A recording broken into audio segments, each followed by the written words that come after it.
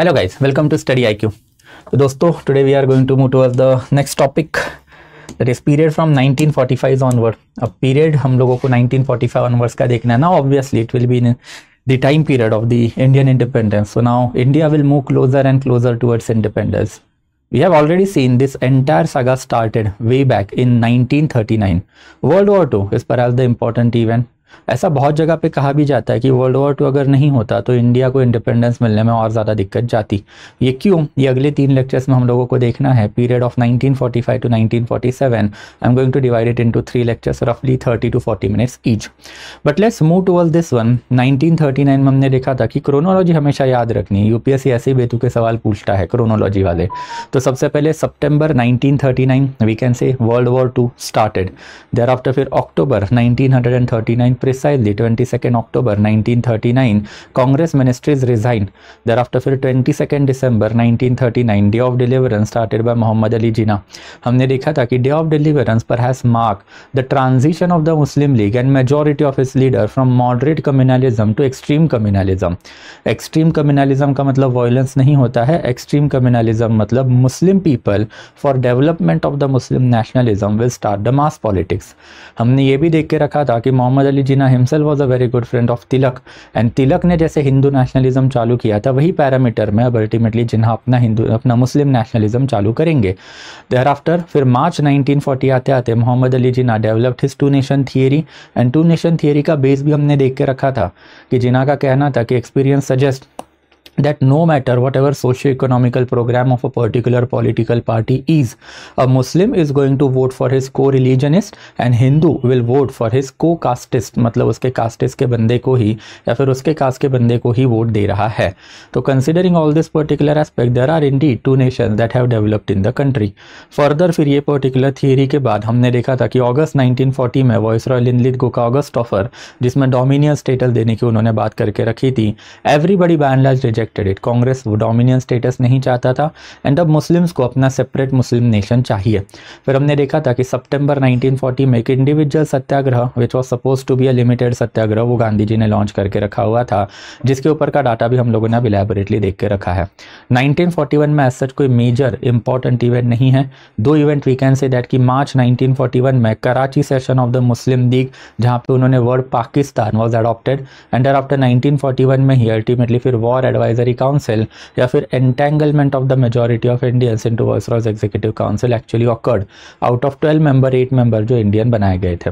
फिर we entered into 1942 का Cripps proposal, उसके पीछे का रूजवेल्ट का पॉलिटिक्स हमने देख के रखा था, चर्चिल का पॉलिटिक्स भी हमने देखा, and Cripps proposal why it exactly fail वो भी हम लोगों ने कवर अप करके रखा है. The moment Cripps fail ultimately अगस्त 1942 को, the moment that should have never been launch by Gandhi, that is quit India women got launch. फिर उसके अंदर फिर हमने देखा था कि नेहरू पटेल का क्या कहना था, गांधी जी का क्या कहना था, अल्टीमेटली मोमेंट एंड मूवमेंट के बाद ये भी हमने देखा था कि सारे इंपॉर्टेंट इंडियन नेशनल कांग्रेस के leader got arrested. Muslim league got a free hand eight a ground level. Muslim league ने फिर अल्टीमेटली ग्राउंड लेवल पे उतर के अपना प्रोपोगेशन लेकर रहेंगे पाकिस्तान, लड़कर लेंगे Pakistan, divide and quit India movement चालू करके रखा हुआ था. फाइनली फिर 44 तक कोई मेजर इवेंट हमको नहीं दिखाई देता है. ग्राउंड लेवल पे Congress was in jail, Muslim League was at a ground level spreading their own Islamic nationalism. Ultimately फिर 1944 आते इट वॉज क्वाइट क्लियर कि ये पर्टिकुलर ग्रोइंग एस्पेक्ट्स को कर्व करना है.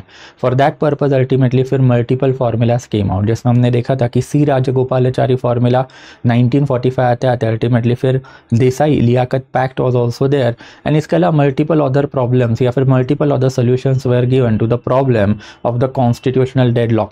अल्टीमेटली फिर 1945 में finally Wavell plan was there, and Wavell plan fail होने का one of the important reason was we have already seen arrival of the Attlee. Attlee ने अपने इलेक्शन मैनिफेस्टो में एक ही प्रॉमिस देके रखा था कि very soon he is going to end the colonial empire, and if you want to kick start this particular process he will have to kick start it with India because it was the biggest colony of the British government back then. And in that capacity अब 1945 onward का politics जो we need to enter. Ultimately फिर 1945 में जैसे ही constitutional deadlock हो गया, तो अभी कॉन्स्टिट्यूशनल डेडलॉक को सॉल्व कैसे किया जाना चाहिए, इसके ऊपर अल्टीमेटली फिर we can say that Wavell himself came out with a proposal, and ये प्रपोजल प्लेन एंड सिंपल था, let's basically go for the election. Congress caste Hindu political party है कि नहीं वो पता चलेगा, Muslim League true representative of the Muslim है कि नहीं वो पता चलेगा। एंड अगर voting pattern separate electorate are there, general constituencies are there, अगर उस हिसाब का होता है देन वी कैन कंक्लूड कि Congress is indeed a caste Hindu political party, Muslim League is indeed, we can say that कि what, then obviously Muslim League is indeed Islamic political party. And यही election finally अब दिसंबर 1945 में कन्वीन किए जाएंगे। एंड कन्वीन कौन करेगा, तो ब्रिटिश गवर्नमेंट ही इसको करेगा। Just give me a minute, guys. Sorry about that. So let's move into that one. But again, आगे जाने से पहले you will get access to this particular PPT on the Instagram channel of the Telegram channel of us. And if you are having any kind of the question, then feel free to ask it to me on the Instagram channel of us, guys. So let's just basically take it bit forward. So let's just basically move forward, guys. अब इसको थोड़ा सा और आगे जो है हम लोगों को बढ़ाना है, and और आगे बढ़ाना है in the sense that कि ना obviously elections would be there. ये इलेक्शन कन्वीन करने के पीछे का रीज़न ही वही था कि कॉन्स्टिट्यूशनल डेडलॉक जो अब इंडिया में डेवलप्ड हुआ है, ये कॉन्स्टिट्यूशनल डेडलॉक हम लोगों को निकालना है। यानी कॉन्स्टिट्यूशनल डेडलॉक का एग्जैक्टली मतलब क्या है कि Indian National Congress is basically considering itself as a Indian political party. इनको तो लगता है कि भाई ये इंडियन पॉलिटिकल पार्टी है and they are the representative of the entire India. But इसके ऊपर सभी ने, अंबेडकर जी का नाम हम लोग ले सकते हैं या फिर इवन जिन्हा का नाम हम लोग ले सकते हैं, इनका कहना था कि ultimately they are not representative of India. इसमें आप कुछ और ऐड करो, जैसे Central Sikh League, Union Party, ये जो दोनों है पंजाब की डोमिनेंट पॉलिटिकल पार्टी हुआ करती थी, एंड आफ्टर फिर United political party, United party जो है सिंध की डोमिनेटेड पॉलिटिकल पार्टी है, उनका भी कहना है कि भाई Congress is not the representative of India, we are representative of India. तो ऐसे multiple other political parties are also there, Jinnah की मुस्लिम लीग है, अंबेडकर जी की शेड्यूल कास्ट फेडरेशन है, Punjab based political party, Sindh based political party, Bengal में एक बहुत बड़ी पॉलिटिकल पार्टी और डेवलप्ड हो रही थी, दैट इज कृषक प्रजा पार्टी। तो एक कृषक प्रजा पार्टी का भी वही कहना था कि भाई you are not the true representative of India. And ये सभी लोगों का मिलके एक एलिगेशन कांग्रेस पे रहा है कि Congress is a caste Hindu political party, जो हमने देखा भी था कि allegation by and large Congress के ऊपर पहले ही दिन से पक्का बैठता भी है। कांग्रेस का composition if you remember till 1910 हमने देखा हुआ था, एंड अब तो Congress is totally dominated by the right winger people. इनके सुप्रीम लीडर अगर आप देखोगे तो गांधी जी है, पटेल है, there after even Madan Mohan Malviya ji भी रहे हैं। ये सारे right winger dominated political party रही है। एंड यही एलिगेशन तो इंडिया की majority of the political parties लगा रही थी।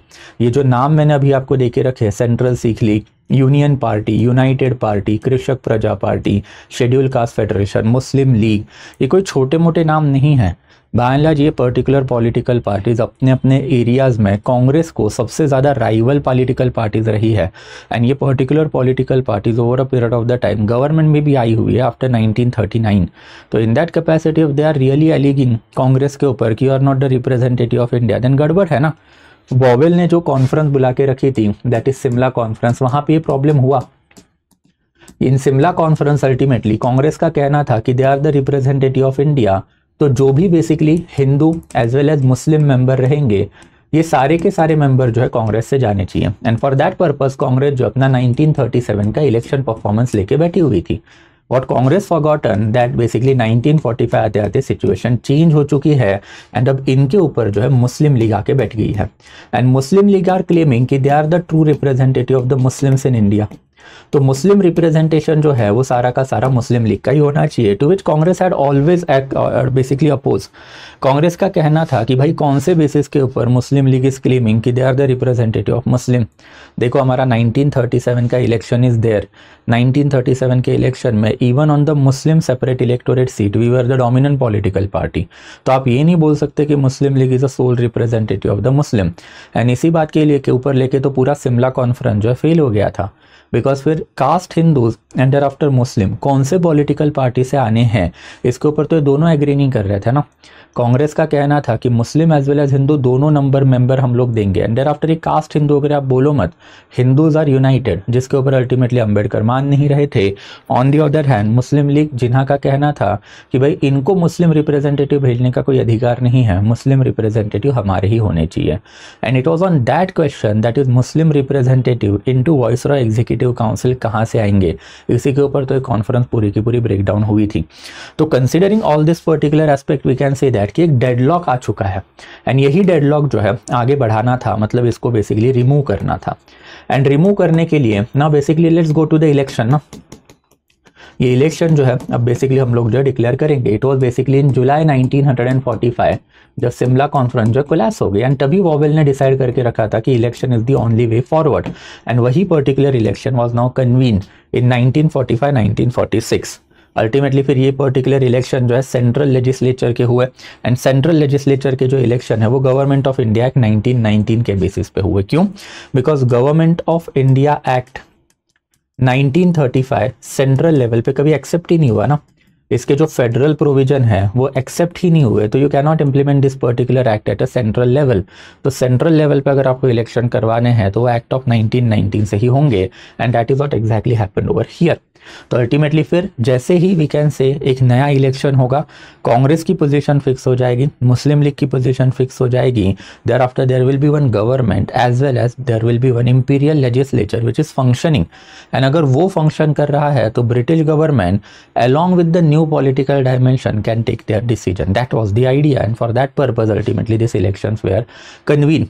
एंड फिर इसमें हम लोगों को अब दोनों का परफॉर्मेंस देखना पड़ेगा कि Congress and there after Muslim League का परफॉर्मेंस क्या रहा है। सबसे पहले अगर कांग्रेस की बात करें तो they got 91% of the non Muslim vote. तो मतलब कांग्रेस जो अभी भी क्या है, डोमिनेंट हिंदू पॉलिटिकल पार्टी है, and in that capacity Congress के लिए प्रॉब्लम क्या रहा है कि कास्ट हिंदू वाला वर्ड जो है इनके ऊपर और ज़्यादा स्ट्रेंथन होता हुआ हमको दिखाई दिया है। बिकॉज अंडर एक्ट ऑफ 1919 हमने देखा था कि यूनिवर्सल एडल्ट फ्रेंचाइजी नहीं दी गई थी, the franchise was a limited franchise, and ये लिमिटेड फ्रेंचाइजी के साथ हमने देखा हुआ था कि who will be having right to vote any person who is paying taxes more than 3000 rupees per annum. तो ये इतना हैवी टैक्स जो है कोई बेसिकली ब्राह्मण एंड देयर आफ्टर क्षत्रियो को छोड़ के दूसरा पे ही नहीं कर रहा था ना उस जमाने में। वी हैव इलेबोरेटली सीन कि how Hindu system was functioning in India back then, and in that capacity जो मेजॉरिटी ऑफ द पीपल जिनको फ्रेंचाइजी मिली थी वो ब्राह्मण क्षत्रिय ही थे, एंड ब्राह्मण क्षत्रियों ने अल्टीमेटली किसको वोट किया, कांग्रेस को वोट किया। यूनिवर्सल एडल्ट फ्रेंचाइजी इंडिया में 1950 से इंप्लीमेंट हुई, under British Raj there was no universal adult franchise. तो कांग्रेस को वोट पड़ किसके रहे हैं, ब्राह्मण क्षत्रियों के पड़ रहे हैं, एंड अगर ब्राह्मण क्षत्रियों के वोट पड़ रहे हैं तो basically Congress is a caste Hindu political party. जो शेड्यूल कास्ट फेडरेशन का हमेशा ही कहना था कि जस्ट बिकॉज कास्ट हिंदू मतलब Brahmin Kshatriyas are voting for Congress, you don't consider Congress as a pan Hindu political party. Gandhi ji के ऊपर यही तो एलिगेशन हमेशा अंबेडकर जी लगाते भी थे ना कि आपने दलितों के लिए किया क्या है, what have you done for the untouchable community. जब आप बेसिकली क्रेडिट ले रहे हो कि you are the leader of the pan Hindu political party, no you are leader of the Brahmin and Kshatriya. वो अगेन कांग्रेस के ऊपर प्रूव हो गया अनफॉर्चुनेटली, बिकॉज अगर लिमिटेड फ्रेंचाइजी है, any person who is having more than 3000 rupees of the taxation, and वो particular person यही particular वर्ण से बिलोंग कर रहा है एंड वो कांग्रेस को वोट कर रहा है, तो फिर गड़बड़ वाली बात है ना। फर्दर अल्टीमेटली कांग्रेस को जो है एब्सोल्यूट मेजॉरिटी तो नहीं मिल पाई, we can say that, but Congress जो है उस जमाने में became the largest political party, and largest political party के साथ साथ सेंट्रल असेंबली जो है उसके सीट जो इनको मिल गए। अब अगेन ये मैंने आपको बताया कि एब्सोल्यूट मेजॉरिटी नहीं, बिकॉज टोटल सीट 145 है, उसमें से ऑलमोस्ट हमने देख के रखा था कि एक certain number of the seat जो है दे विल बी रिजर्व, एक रफली 41 सीट जो वो रिजर्व थे, एंड कांग्रेस ने आउट ऑफ 104 सीट 102 कंटेस्ट किए, 102 सीट्स के ऊपर अल्टीमेटली 57 सीट्स उनको मिल गए, and in that capacity they become the largest political party over here. जैसे एक ज़माने में स्वराज पॉलिटिकल पार्टी, कांग्रेस खिलाफत स्वराज पार्टी जो है वो लार्जेस्ट थी, अब बेसिकली कांग्रेस लार्जेस्ट बन गई है, एंड अल्टीमेटली फिर बंगाल हाथ से गया कांग्रेस के, सिंध हाथ से गया, पंजाब हाथ से गया। At least Bengal was in their hand in 1937, but ultimately फिर बंगाल के साथ अल्टीमेटली अगर हम बात करें तो पंजाब एंड आफ्टर सिंध वाला जो एरिया है ये इनके हाथ से जो है चला गया। अल्टीमेटली ये भी काफ़ी सिग्निफिकेंट एस्पेक्ट माना जाता है, बिकॉज जब सेंट्रल गवर्नमेंट के इलेक्शन हुए तभी प्रोविंशियल लेजिस्लेचर के भी इलेक्शन हुए थे, एंड प्रोविंशियल लेजिस्लेचर के election government of India act 1935 के अंडर ही हुए। तो प्रोविंशियल लेजिस्लेचर के election under act of 1935, central legislature के election under act of 1919 convene किए गए थे, जिसका रीज़न अभी थोड़े टाइम पहले मैंने आपको बताया। प्रोविंस में गड़बड़ नहीं थी, सेंट्रल में गड़बड़ थी। सेंट्रल में आप ये वाला एक्ट इंप्लीमेंट नहीं कर पा रहे थे because federal provision was never implemented at a central level. तो सेंट्रल लेवल पे आपको एक्ट ऑफ 1919 इंप्लीमेंट किया करना पड़ा, प्रोविंशियल लेवल पे एक्ट ऑफ 1935। एंड बंगाल जैसे ही कांग्रेस के हाथ से चला गया, it was a blunder for Congress ना, बिकॉज मुस्लिम लीग के बारे में अगर हम बात करें तो मुस्लिम लीग का यही तो प्रपोजल था, geographically contiguous areas have to be given to the Muslim nation. And geographical contiguous area अब आपको आते हुए दिखाई देंगे कि ये जियोग्राफिकली कंटिजियस एरियाज है जो अब मुस्लिम लीग के हाथ में अनफॉर्चुनेटली पड़ते हुए आपको दिखाई देंगे। वही अगर हमने मुस्लिम लीग की बात की तो मुस्लिम लीग के साथ वही है कि ऑलमोस्ट 86.6% ऑफ मुस्लिम वोट जो इनको मिले। फर्दर 30 सीट जो है इन्होंने सेंट्रल असेंबली में अपने पास ले ली। अल्टीमेटली फिर बंगाल एंड आफ्टर सिंध में they got majority, and after Punjab में they were basically second largest political party. In fact, Congress was relegated to the third largest position in Punjab.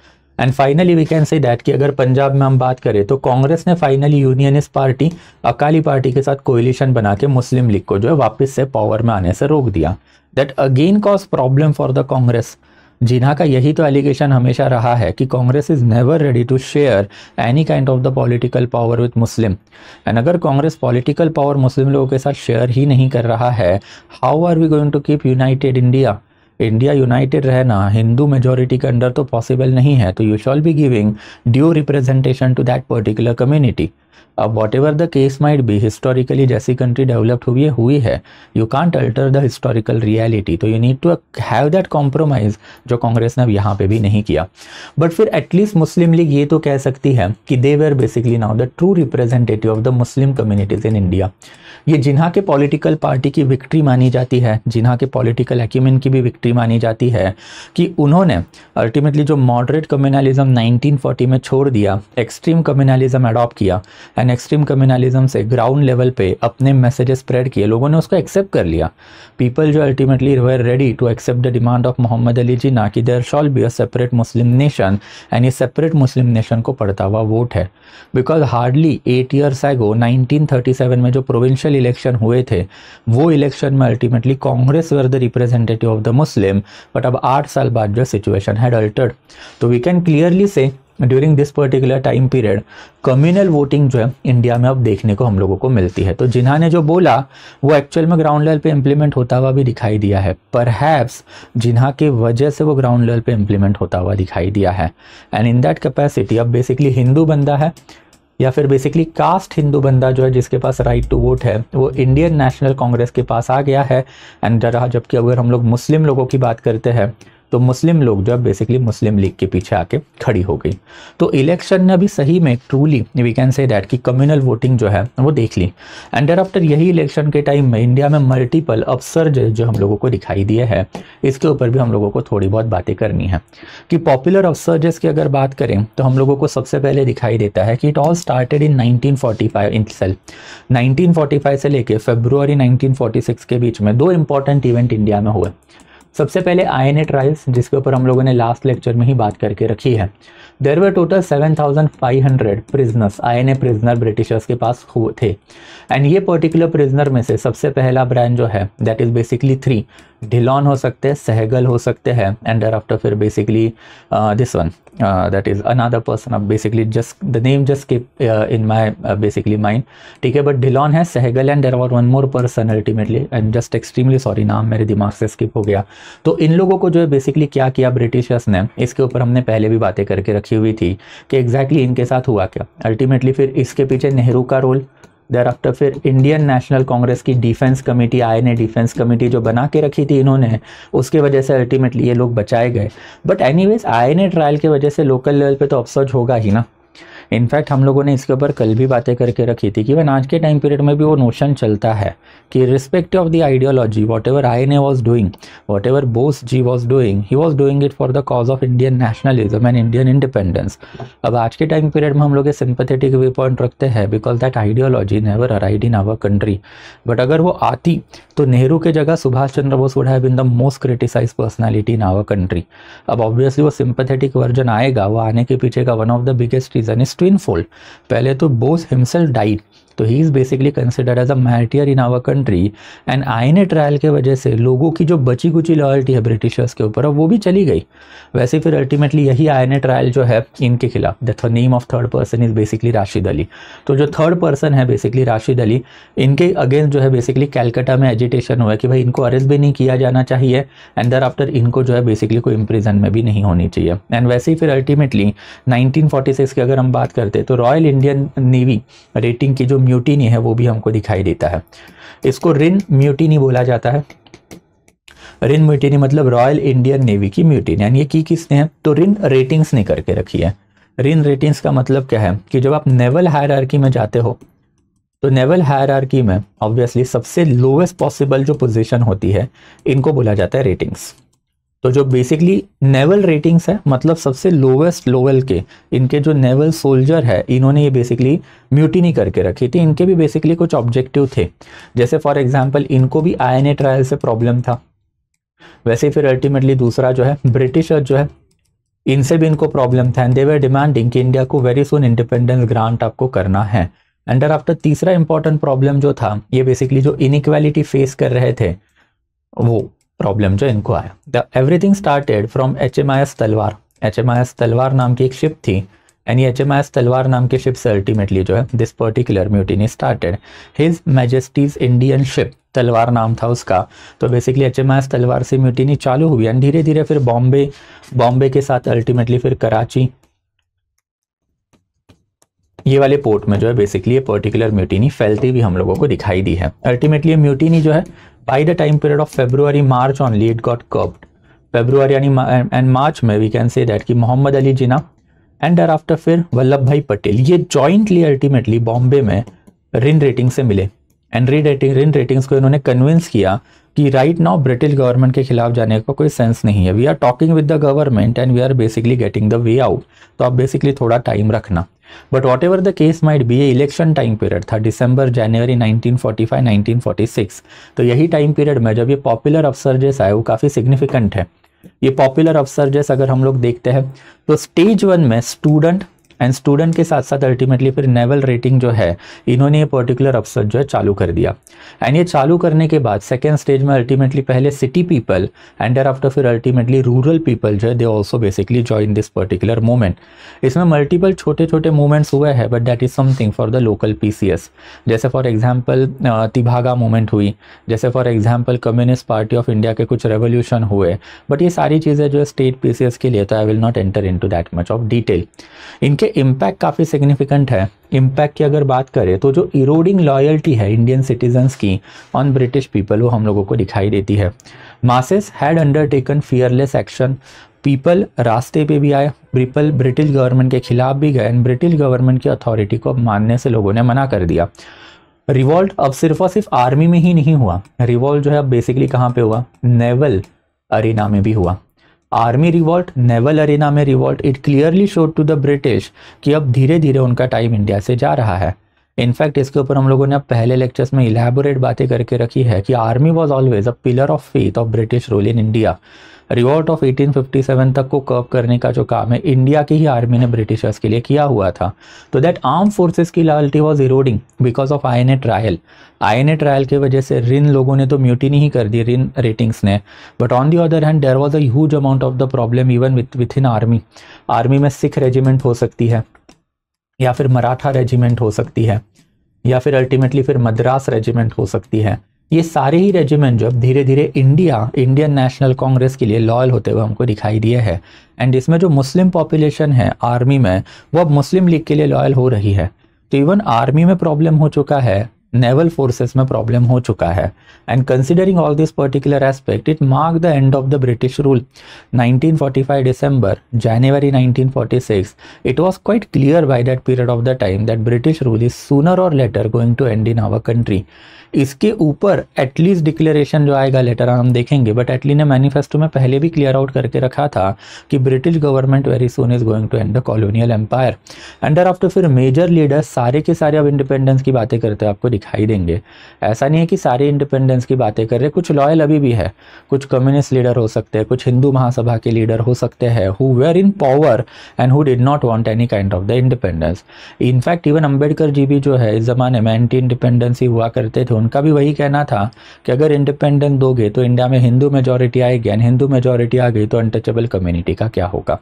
But whatever the case might B, at least Muslim League and after Indian National Congress, जिनको divide करके ever since 1905 के onward का politics Britishers manage कर रहे थे, अब वो division नहीं हो रहा है। इनफैक्ट डिवीजन इस लेवल पे चला गया है कि दोनों एक दूसरे के दुश्मन तो है ही, बट अब दोनों जो है ब्रिटिश गवर्नमेंट के भी दुश्मन बने पड़े हैं। And you don't have any other political party which is going to counter this massive political parties that are there in our country now.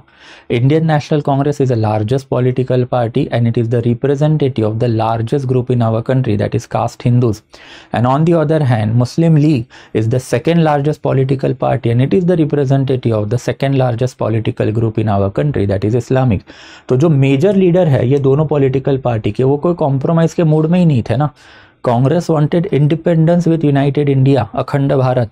Muslim League wanted partitioned India with Islamic nation called Pakistan. But in anyways दोनों इस पे तो agree कर रहे थे ना कि अब इंडिपेंडेंस चाहिए, ब्रिटिशर्स शॉल गो। एंड अगर बेसिकली अब आपके पास कोई पिलर ही नहीं है, मतलब आपकी आर्मी आपके अगेंस्ट जा चुकी है, आपकी ब्यूरोक्रेसी जो है ये भी अब बाय एंड लार्ज अपने आपके अगेंस्ट जा चुकी है। 1942 के क्विट इंडिया मूवमेंट में हमने देखा था। एंड अब लीडरशिप जो इंडिया की वो भी आपके अगेंस्ट जो है जा चुकी है। Then how British government are going to rule India further? वो कर ही नहीं पाएंगे ना। इनफैक्ट यही तो पिलर ऑफ सपोर्ट थे, एंड ये सारे ही पिलर ऑफ सपोर्ट दिसंबर 1945 जनवरी 1946 में हिल गए ब्रिटिशर्स के। And if that scenario has occurred very soon British rule is going to end in India, that was quite clear. ये अपसर्जेस की अगर लिमिटेशन की अगर बात करें तो सारी upsurge as usual short lived रहे हैं। हमने पहले भी देखा था कि mass movements are necessarily short lived because very soon there will be a fatigue, and फिर ब्रिटिश गवर्नमेंट की जो ऑपरेसिव मशीनरी है वो अभी भी है। ऐसा नहीं कि ब्रिटिश पूरे ही खत्म हो गए हैं। तो ब्रिटिश इंफ्रास्ट्रक्चर जो है लोकल लेवल पे पुलिस अथॉरिटी हो सकती है या फिर लोकल लेवल पे आर्म फोर्सेस की अथॉरिटी हो सकती है। इट इज स्टिल देयर, बस ये लोग जो है अपने अपने लेवल पे एक तो सपोर्ट कर रहे हैं ब्रिटिशर्स को या नहीं कर रहे हैं, but they are basically there and they are carrying out their agendas at a local level. And अगर basically British repressive machinery is there then आपके मूवमेंट ज़्यादा वो चलने भी नहीं देंगे। वैसे फिर direct conflict of authority had become quite normal by this period of the time. लोग जो है आए दिन पुलिस स्टेशन पे अटैक करना, ब्यूरोक्रेट्स पे अटैक करना, ये काफ़ी ऑर्डिनरी हो चुका था by that period of the time. वैसे अल्टीमेटली अर्बन सेंटर में ही मैक्सिमम पार्टिसिपेशन हमको दिखाई दिया है। And after ultimately we can say that कि विलेज लेवल पे ये मूवमेंट ज़्यादा नहीं फैली by that particular period of the time. By and large ये अर्बन सेंटर या फिर अर्बन लेवल पे ही ये मूवमेंट जो कन्फाइन रही है। इसके पीछे का one of the biggest reason was absent of Gandhi in this particular time period. Absence of Gandhi ये भी काफ़ी सिग्निफिकेंट टॉपिक है। गांधी जी इस टाइम पे हरिजन यात्रा अपनी कर रहे थे across India, and he was quite upset कि कांग्रेस के ऊपर का उनका होल्ड जा चुका है। ना नेहरू उनकी बातें सुन रहे, ना पटेल उनकी बातें सुन रहे, जो वॉवेल कॉन्फ्रेंस के टाइम पीरियड में एंड जिन्हा के टॉक में हम लोगों ने देख के रखा हुआ था। तो गांधी जी जो है अपना पिनांस कर रहे थे, प्रायश्चित्त कर रहे थे, यू कैन से दैट। तो अक्रॉस इंडिया घूम के अनटचेबिलिटी की बातें वो कर रहे हैं। But if Gandhi is not there then ultimately फिर विलेज लेवल के एरियाज को या फिर लोगों का बाहर कैसे निकालोगे घर से? That particular ability was not there with Jinnah, was not there with Nehru, was not there with Patel. अगर गांधी होते तो अल्टीमेटली फिर क्या होता, ये वुमेन जो है या फिर मूवमेंट पैन इंडियन होती, बिकॉज गांधी वॉज अवेयर कि अगर आपको एक पैन इंडियन मूवमेंट करनी है तो विलेज लेवल के लोगों को घर से बाहर कैसा निकाला जाता है। But now unfortunately he was not there in this particular movement. Congress की अगर बात करें तो कांग्रेस जो है इन्होंने वही किया कि ऑफिशियली ये पर्टिकुलर टाइम पीरियड में कांग्रेस ने अपना पार्टिसिपेशन नहीं दिया। एंड ये टाइम पीरियड में इवन मुस्लिम लीग ने भी ऑफिशियली अपना पार्टिसिपेशन नहीं दिया था, because both of them were aware कि वेरी सुन इंडिया में इंडिपेंडेंस आ रहा है एंड पावर ट्रांसफर जो ये ओवरनाइट नहीं होते हैं। British government shawl give ample amount of the time for that peaceful transfer of power, otherwise it would be disaster for both of them. But फिर भी अल्टीमेटली इंडिविजुअल लेवल पे congressman ने अपने काम जो है लोकल लेवल पे जो है वो कंटिन्यू रखे ही थे। And there after ultimately as I told you कि अल्टीमेटली निगोशिएशन जो है ये इसके ऊपर अब कांग्रेस आ चुका था। इनफैक्ट कांग्रेस अब नेहरू एंड पटेल के अंडर जा चुका था, जिसके ऊपर हमने पहले ही देखा था कि both of them were upset with Gandhi because of his movement Muslim league got traction eight a local level and that's why 1944-45 में Gandhi ji was totally sideline. दोनों की ideology that is Patel and after जिन्हा की आइडियोलॉजी नेहरू की आइडियोलॉजी जो है अभी anti Gandhi हो चुकी थी। एंड कांग्रेस का वही कहना था कि पावर ट्रांसफर आ रहा है तो फिर निगोशिएशन के थ्रू पावर ट्रांसफर करते, this is not the right time to enter into the mass movement. And further limitation Congress के ऊपर रहा ही है कि मास लीडर है ही नहीं ना। नेहरू मास लीडर आफ्टर 1947 काफ़ी बड़े बनेंगे and Patel himself was always under Gandhi. तो गांधी जी जो साइडलाइन हो चुके हैं, he is not there, how are you going to carry out mass movement. And further ultimately power transfer का एंगल इसके ऊपर हम लोगों को दिखाई देता है। Whatever the case might be, ultimately फिर इम्पैक्ट जो रहा है ये सारे टाइम पीरियड का वो काफ़ी सिग्निफिकेंट था। Now British government by December January 1945-46 respectively had understood कि there time in India is limited and that's a very soon they are going to carry out that transfer of power. सबसे पहले cabinet mission India में भेजा जाएगा, वैसे फिर नवंबर तक आते आते अल्टीमेटली एक पार्लियामेंट्री डेलीगेशन इंडिया में भेजा जाएगा to check for the condition of Indian independence. वैसे ही INA मेंबर जो इनको सारे के सारे लोगों को जो है जनवरी तक रेमिट किया जाएगा, छोड़ दिया जाएगा। अल्टीमेटली फिर फरवरी आते आते जो भी बेसिकली इंडियन सोल्जर है इंडो चाइना में एंड इंडोनेशिया में उनको वापस बुलाया जाएगा इंडिया में। And finally we can say that कि at least declaration which came precisely on 20 February 1947 that they are very soon going to leave India. इन्होंने एक डेडलाइन भी देके रखी थी कि not later than 30 June 1948। But ultimately ये सारे ही डिसीजन के कुछ रिपरकशन भी रहे हैं and that is what we will see in our next lecture कि अल्टीमेटली अब ब्रिटिशर्स ने डिसाइड तो करके रखा था कि very soon they are going to get out of India and January February 1946 से उन्होंने उसकी तैयारी भी चालू कर दी थी। And that's why Congress this period of time में was in the negotiating mode. Even Congress knew कि very soon there would be a power transfer, Muslim League भी निगोशिएटिंग मोड में था। एंड दैट्स व्हाई जो पब्लिक अपसर्जेस हुए इसमें हम लोगों को Muslim League and after Congress का पार्टिसिपेशन जो है वो ज़्यादा नहीं दिखाई देता है। देवर पीपल सेंट्रिक मूवमेंट एंड लोग ही अब रास्ते पे जो है उतर के आ चुके थे। तो thank you so much guys, hardly 2 more lectures are there. Most probably अब कल संडे है तो कल लेक्चर नहीं आएगा, परसों या फिर मंडे ट्यूसडे के अप्रॉक्सीमेटली पहले तो I will wrap up 1947, but वहाँ पे लेक्चर्स मॉडर्न के ख़त्म नहीं होते हैं दोस्तों। 1947 के बाद we need to see certain miscellaneous topic also. तो एक फर्दर बेसिकली 7 to 10 लेक्चर जो 1-1 घंटे के I be needing in order to wrap up entire modern India comprehensively. So thank you so much guys, I will be taking your leave. देखते हैं next week के and तक इसको खत्म करने का ट्राई करते हैं। So thank you so much.